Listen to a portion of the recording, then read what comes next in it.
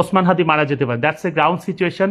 আমরা শত না চাইলেও আমরা তার জন্য কাঁদবো, সবকিছু করব, কিন্তু শত না চাইলেও এটা বাস্তবতা, যে কোনো মুহূর্তে তিনি মারা যেতে পারেন। কিন্তু তিনি যদি বেঁচে যান সেটা অনেক সময়ের ব্যাপার, 6 মাস থেকে 1 বছর, একটা লম্বা সময়ের ব্যাপার, এবং সেক্ষেত্রেও তিনি পুরোপুরি সুস্থ হয়ে আগের অবস্থায় তো কখনোই আসতে পারবেন না।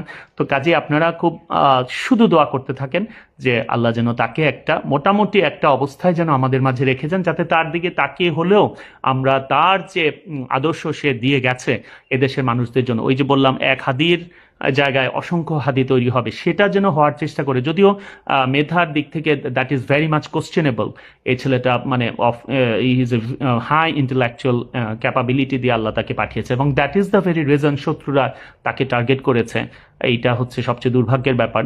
আর ওসমান হাদি কিন্তু বলে গেছে যে আমি যদি মারা যাই, আমার যাদের কারণে আমার মৃত্যু হলো তাদের শাস্তির ব্যবস্থাটা করতে পারে। সরকারকে আমি বলছি যে টেক প্রপার মেজার্স, এবং very unfortunately and horribly you are failing, you are failing, you are failing.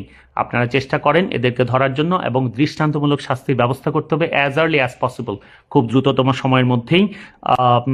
আমি ডাক্তারদের বলবো যে be very specific with whatever else you just want to say. There is always miracle, but that's the percentage is very low. A rarity is a rarity. Rare সিচুয়েশনে কেউ যদি rare সিচুয়েশনে কেউ যদি ইয়ে হয়, সরি একটা call এসেছিল, রেয়ার সিচুয়েশনে কেউ যদি কি বলছিলাম, রেয়ার সিচুয়েশনে কেউ যদি বেঁচে যায় সেটা একটা রেয়ারিটি, সেটা বলতে হবে। বলে না যে exceptions or exceptions, exceptions can never be example. এক্সেপশনকে এক্সাম্পল হিসেবে বারবার দাঁড় করানো যাবে না। কাজে ডাক্তাররা বলতে পারেন যে there may be exceptions and miraculously he may be saved, otherwise it's a sorry state of affair altogether.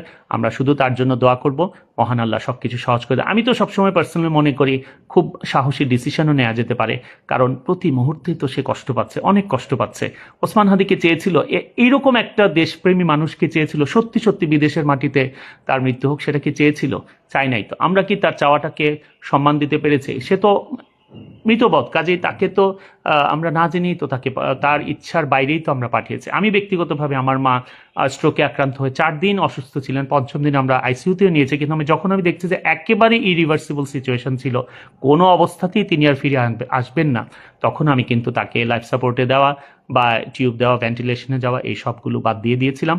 এবং আমার 2 বোনের সাথে আমি কথা বলেছিলাম যে এই ধরনের সিচুয়েশনে let me take some brave decisions. এটা হচ্ছে কথা।